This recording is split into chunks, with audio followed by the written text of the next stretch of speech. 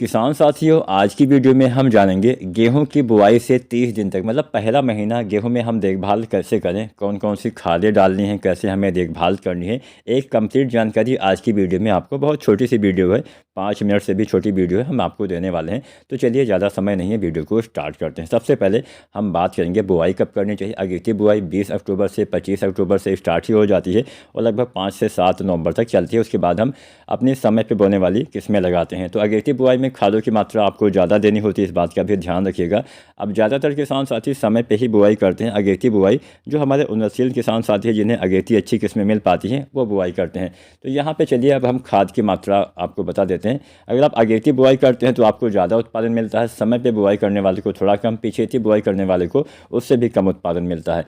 तो यहाँ पर हम जो ये खाद की मात्रा आपको बताएंगे वो समय पर बुआई करने वाले किसानों के लिए है, मतलब 5 नवंबर के बाद।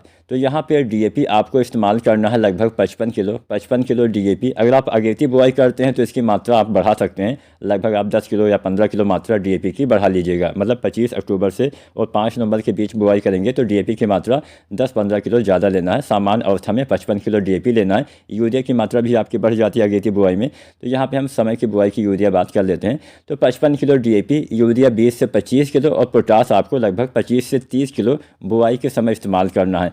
वहीं अगर आप जो है अगेती बुआई करते हैं तो पोटास आप लगभग 5 किलो मात्रा बढ़ा लीजिएगा, 35 किलो आप पोटास डालिएगा। तो ये तो हो गई बुआई के समय हमें कौन सी खादों का इस्तेमाल करना चाहिए। अब हम इसके अलावा कुछ खादें और बता देते हैं। पहले पानी पे आपको यूरिया 40 से 45 किलो डालना है। साथ में आपको डालना है जिंक सल्फेट 33% वाला, लगभग आपको डालना चाहिए 5 से 7 किलो, या फिर 21% वाला जिंक सल्फेट 8 से 10 किलो डालना चाहिए। ये तो हो गया पहले पानी पे खाद। दूसरे पानी पे हम डालते हैं यूरिया, फिर से डालते हैं लगभग 40 से 45 किलो। इसके बाद हम कोई खाद नहीं डालेंगे मिट्टी में, जो भी हम डालेंगे उसका छिड़काव करेंगे। तो 30 दिन के अंदर आपको जो है जिंक भी डाल देना चाहिए, यूरिया भी डाल देना चाहिए। साथ में आप चाहें तो सल्फर जो आता है 90% वाला, लगभग आप 4 या 5 किलो इस्तेमाल करते हैं तो और बढ़िया लाभ मिलता है। सल्फर से नाइट्रोजन की क्षमता बढ़ जाती है, हरियाली देखने को मिलेगी, अच्छे कल्ले, अधिक फुटाव किसान साथियों आपको देखने को अवश्य मिलेगा। अब इसके बाद में पहले पानी पर भी हम बात करते हैं। पहला पानी 21, 22 या 25 दिन तक आपको गेहूँ में लगा ही देना चाहिए। देर से पानी नहीं लगाना है, समय से पहला पानी लगाना है और पहला पानी हल्का लगाना है।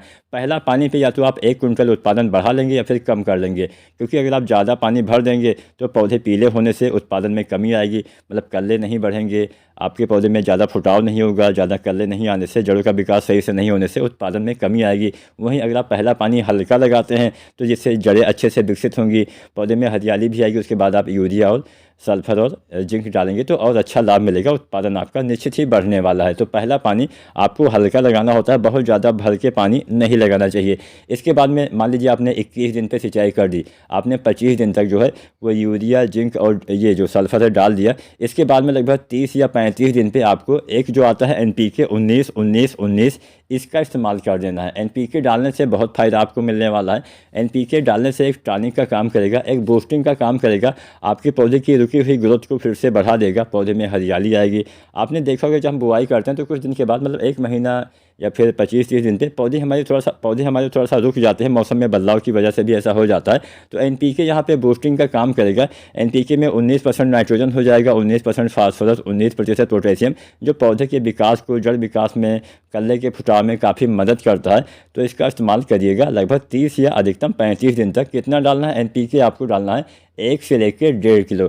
अगर आपका थोड़ा सा बजट है तो आप सागरिका भी डाल सकते हैं। सागरिका 2 तरह से आती है, एक आती है दानेदार रूप में, एक आती है लिक्विड, और दानेदार वाली भी 2 तरह से आती है, एक आती है सागरिका Z++, एक आती है सागरिका गोल्ड। तो अगर आप दानेदार वाली सागरिका डालना चाहते हैं तो आप डालिए बुआई के समय लगभग 10 किलो। अगर आप स्प्रे करना चाहते हैं तो पहली बार 30-35 दिन पे आप सागरिका जो लिक्विड आती है इसका आप छिड़काव करिए, लगभग 250 से 500 ml, आप मान चलिए 300 से 400 ml मात्रा अच्छी रहेगी। दोबारा से भी आप डाल सकते हैं सागरिका बालियाँ आने से पहले। तो जब आप NPK 19-19-19 डालिएगा तो उसी के साथ में आप सागरिका लिक्विड का इस्तेमाल कर सकते हैं। 300 से 400 ml आप सागरिका ले लीजिए और 1 से 1.5 किलो आप ले लीजिए NPK 19-19-19। लेकिन अगर आपने बुआई के समय सागरिका दानेदार का इस्तेमाल किया हुआ है तो यहाँ पे लिक्विड वाला सागरिका डालने की आवश्यकता नहीं है। समय से सिंचाई, समय से बुआई, समय से खादों का इस्तेमाल, अच्छी देखभाल करेंगे तो आप भी गेहूँ में अच्छी और बढ़िया उत्पादन ले पाएंगे। वीडियो देखने के लिए आपका बहुत बहुत धन्यवाद।